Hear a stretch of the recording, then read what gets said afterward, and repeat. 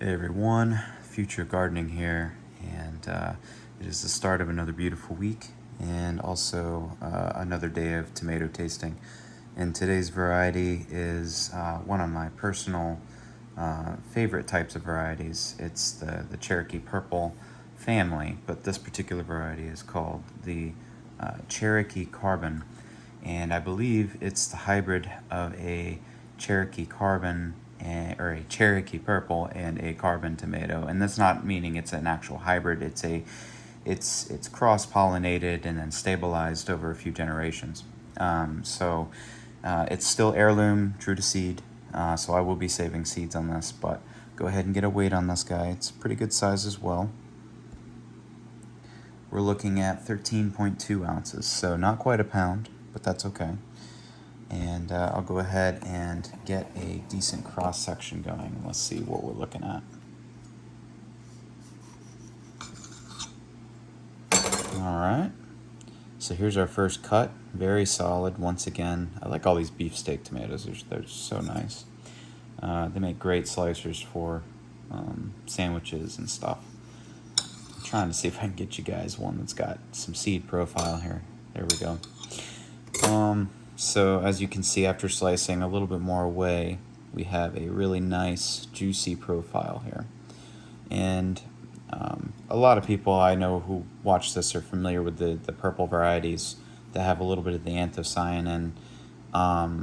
They tend to have a very nice smoky background taste, and a lot of folks enjoy them. They also tend to get very sweet, and they just are a lot of fun to eat.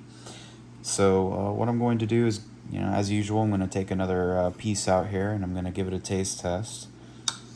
And we'll see how this particular one is. I took a very seedy piece, so I want to get those seeds out of there. Again, I'm trying to stabilize these guys for the Florida climate. So if I keep saving seeds over a few generations, they'll slowly adapt each and every time until it's more bred well for this particular climate, and it should do better. But anyways, bon appetit.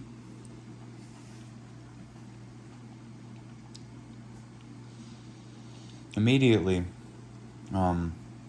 exceptionally sweet.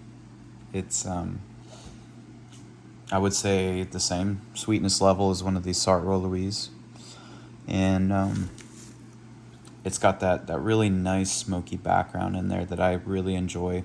I know it's not for everyone, but as far as production, I would say it's almost on par with a black Krim. And those of you who are avid black Krim growers, it is a really good tomato, and it grows quite a few. A lot of people don't like it because it tends to cat face often, but that's okay. I'm not really complaining, when it comes to flavor personally. But I would say it's got the productivity of the black Krim. Flavor is very similar, but the sweetness of the Cherokee Purple shines through, and making this a very good all-around tomato. This is one I'll probably continue to grow. As you can see, I'm saving seeds, so I'll just keep planting it out season after season. But again, I appreciate everybody tuning in. I'll be doing another taste test pretty soon on this guy. This is primary colors. This will be coming up in the next day or so, and there will be a few more to go, as well as more continue to ripen throughout the season.